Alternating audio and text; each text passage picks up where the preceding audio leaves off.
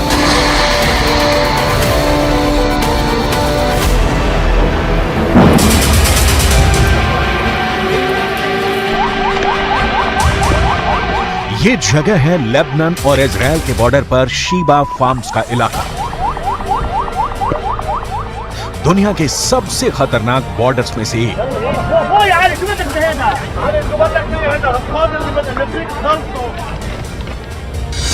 और यहां बने हैं इजराइल के 5 बहुत ही खतरनाक अड्डे।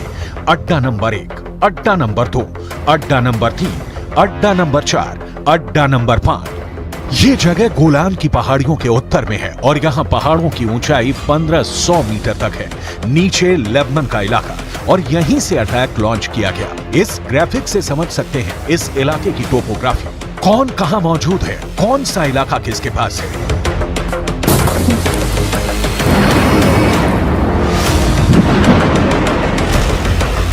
अब यहां क्या हुआ बहुत गौर से देखिएगा।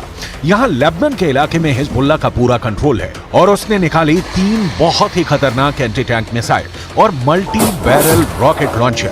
ये मिसाइल ईरान से सप्लाई की जाती रही है और ऐसी मिसाइलों का हिजबुल्लाह के पास बहुत बड़ा जखीरा है।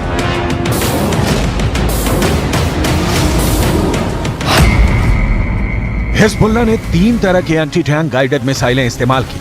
ये है कॉर्नेट, इसकी रेंज 5 किलोमीटर तक है। ये रूस की मिसाइल है, लेकिन अब ईरान इसका देसी वर्जन देहलाविया तैयार कर चुका है और ऐसी बहुत सी मिसाइल अब हिजबुल्लाह के पास है। दूसरी है BGM-71 टो anti tank guided missile, range है 3.5 किलोमीटर। यह अमेरिका में बनी मिसाइल है, लेकिन अब इसकी नकल ईरान तैयार कर रहा है और इसने हिजबुल्लाह को सप्लाई की है। तीसरी है 85 कॉनकोर्स, रेंज 4 किलोमीटर। यह भी रूस ने बनाई है और अब ईरान में ये तोसान नाम से तैयार की जा रही है। तीनों मिसाइल बहुत ही घातक हैं और जिस तरह से इन्होंने इजराइल के अड्डे उड़ाए हैं उससे ये बात साबित हो जाती है। हिजबुल्लाह का दावा है कि उसने ये हमला लेबनान में इजराइल के हमले के जवाब में किया। इजराइल के हमले में एक पत्रकार की मौत हुई है जबकि कई घायल हुए हैं। इस वीडियो में देखा जा सकता है कि कुछ पत्रकार घायल हालत में हैं और पास ही एक गाड़ी जल रही है। इजराइल पर इस हमले का आरोप लगा है।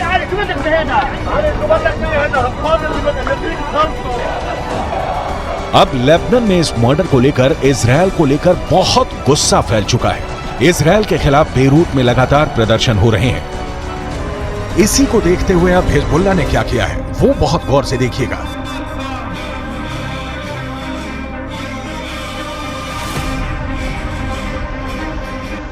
सबसे पहले इजराइल का अड्डा नंबर 1 शतुला इलाके में बने इस अड्डे पर हिजबुल्लाह ने किया पहला हमला। हिजबुल्लाह ने कॉर्नेट मिसाइल से अटैक किया जो सीधा जाकर इजराइल का एक टावर उड़ा देती है। हिजबुल्लाह की ये रेंज देखकर इजराइल के कैंप में खलबली सी मच गई क्योंकि निशाना भी बिल्कुल सटीक लगा और टावर पूरी तरह से तबाह हो गया। इसके बाद टारगेट बना इजराइल का अड्डा नंबर 2, ये भी शतुला इलाके में है और यहाँ हिजबुल्लाह ने किया दूसरा हमला। इस बार हिजबुल्लाह ने BGM-71 टो एंटी टैंक गाइडेड मिसाइल का इस्तेमाल किया। अमेरिका में बनी यह मिसाइल इतनी सटीक है कि इसने ठीक रेडार स्टेशन को तबाह किया। ऐसा निशाना देखकर कोई भी दुश्मन डर जाएगा। इसके बाद टारगेट बना इजरायल का अड्डा नंबर 3। यह भी शतुला इलाके के करीब है और यहां हिजबुल्लाह ने किया तीसरा हमला।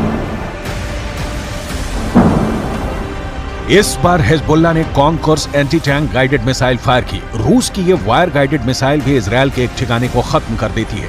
इसके बाद चौथे और पांचवें अड्डे पर भी हिजबुल्लाह अपनी बाकी मिसाइलों और मल्टी बैरल रॉकेट लॉन्चर से हमला करता है और उनका भी वही हश्र होता है जो बाकी अड्डों का हुआ है। हिजबुल्लाह का दावा है कि इन हमलों में इजरायल को भारी नुकसान हुआ है और उसके कई सैनिक भी मारे गए हैं। צה"ל הגיב בירי והשמיד עמדות חיזבאללה ואת מקור האש. כמו כן, בוצע ירי למוצב צבאי, אין נפגעים, גם שם צה"ל הגיב באש לעבר מקורות הירי. समझ लीजिए कि इस वक्त इजरायल और लेबनान के बॉर्डर पर आग लगी हुई है और ये सब कब युद्ध को 10 गुना भड़का सकते हैं, इसके बारे में दुनिया में सिर्फ 4 लोग जानते हैं। पहले हैं इजरायल के प्रधानमंत्री बेंयामिन नेतन्याहू, दूसरे हैं ईरान के राष्ट्रपति इब्राहिम रईसी, तीसरे हैं अमेरिका के राष्ट्रपति जो बाइडेन और चौथे हैं यूरोप से लेकर अमेरिका तक सबको हिला देने वाले रूस के राष्ट्रपति व्लादिमीर पुतिन। लेकिन इस वक्त सबसे ज्यादा एक्टिव ईरान है। ईरान के विदेश मंत्री हुसैन अमीर अब्दुल्लाहिया ने कहा है कि अगर इजरायल ने गाजा पर बमबारी नहीं रोकी तो हिजबुल्लाह ने ऐसी तैयारी की हुई है कि इजरायल में जलजला आ जाएगा।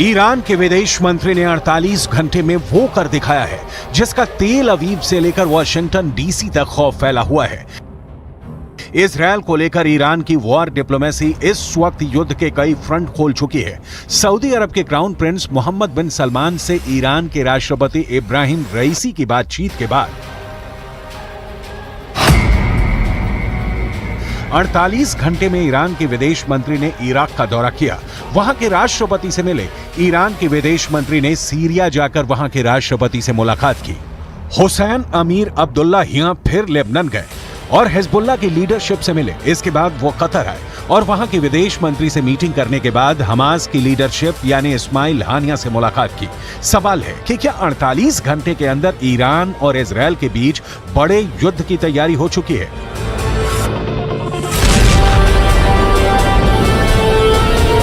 इजरायल ने भी लेबनान बॉर्डर पर हमले का वीडियो जारी करके बताया है कि वो हिजबुल्लाह को छोड़ेगा नहीं।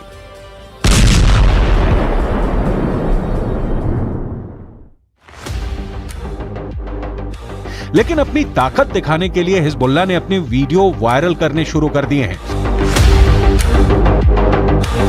हिजबुल्लाह के इस वीडियो में बताया जा रहा है कि वो इजरायल पर हमले के लिए तैयार है।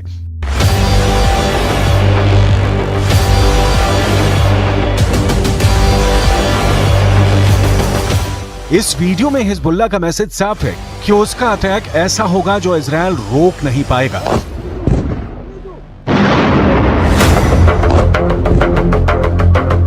इस वीडियो में हिजबुल्लाह का मिलिशिया कमांडो ऑपरेशन की तरफ इशारा कर रहा है। इस वीडियो में हिजबुल्लाह बता रहा है कि उसके कमांडो मोटरसाइकिल पर आएंगे और इजरायल की सेना भागती हुई नजर आएगी। हिजबुल्लाह ने बहुत साफ शब्दों में कह दिया है कि वो इजरायल पर हमला कर देगा।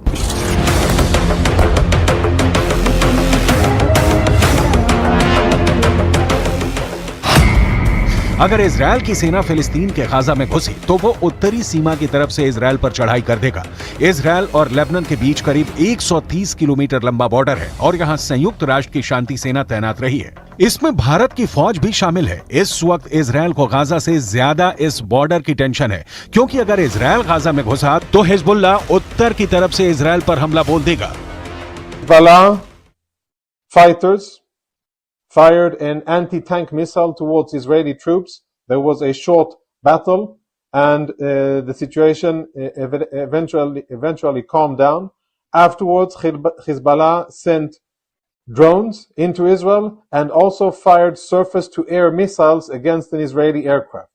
All of those two attempts were successfully intercepted by the IDF, but the situation on the northern border remains very tense, and we are monitoring the activities of Hezbollah very closely with additional enhanced capabilities in the north, prepared for any eventuality that may happen. दक्षिण Lebanon और उत्तरी Israel के बीच जो border है वहां तनाव बहुत ज्यादा है। यहां अफरा तफरी के बीच खामोशी है जो तूफान से पहले देखी जाती है। इसलिए यहां के लोगों को भी पता है कि बहुत जल्दी युद्ध का एपी सेंटर गाजा से निकलकर लेबनान तक पहुंच सकता है। यहां तैनात संयुक्त राष्ट्र की सेनाएं भी अलर्ट मोड पर हैं। लगातार पेट्रोलिंग हो रही है। इजराइल की सेना ने अपना गोला बारूद तैयार रखा हुआ है। तोपों से जो गोले फायर किए जाएंगे वो पहले से ही रेडी मोड पर रखे गए हैं। इजराइल की रिजर्व फोर्स भी आसपास के इलाकों में तैनात की जा रही है। ये हमवी गाड़ियां हैं जो लगातार यहां तक फौज पहुंचाने में लगी हुई हैं। 2006 के बाद इस बॉर्डर पर इससे ज्यादा तनाव नहीं देखा गया और अब हिजबुल्लाह की वार्निंग के बाद सबकी नजर ईरान पर भी है और उसके एक दोस्त सीरिया पर भी है।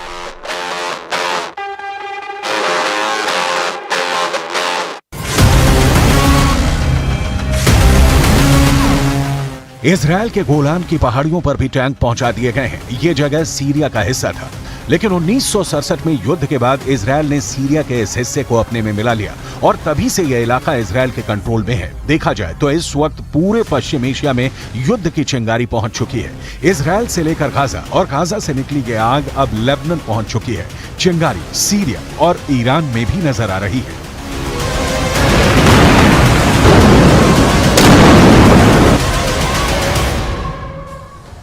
इस वक्त अमेरिका का एक और एयरक्राफ्ट कैरियर इजराइल की सपोर्ट के लिए रवाना हो चुका है। पहले जेराल्ड फोर्स और अब आइजनहावर अमेरिका का एक्शन बता रहा है कि वो ईरान और हिजबुल्लाह को हर हाल में रोकने वाला है। अमेरिका ने अपना दूसरा एयरक्राफ्ट कैरियर तब भेजा है जब ईरान ने दो टूक शब्दों में कहा है कि इजराइल ने गाजा पट्टी में हमले नहीं रोके तो वो भी युद्ध में उतरने के लिए तैयार है।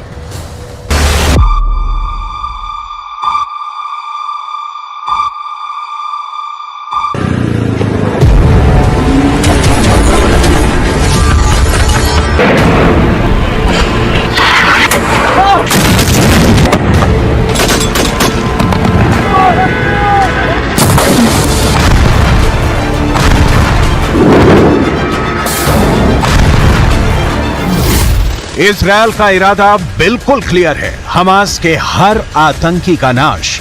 ईरान का इरादा बिल्कुल क्लियर है, हमास के खात्मे को बचाने के लिए युद्ध में कूदना है। अमेरिका का इरादा बिल्कुल क्लियर है, इजराइल को हिजबुल्लाह से, हमास से और सबसे बड़े दुश्मन ईरान से बचाना है।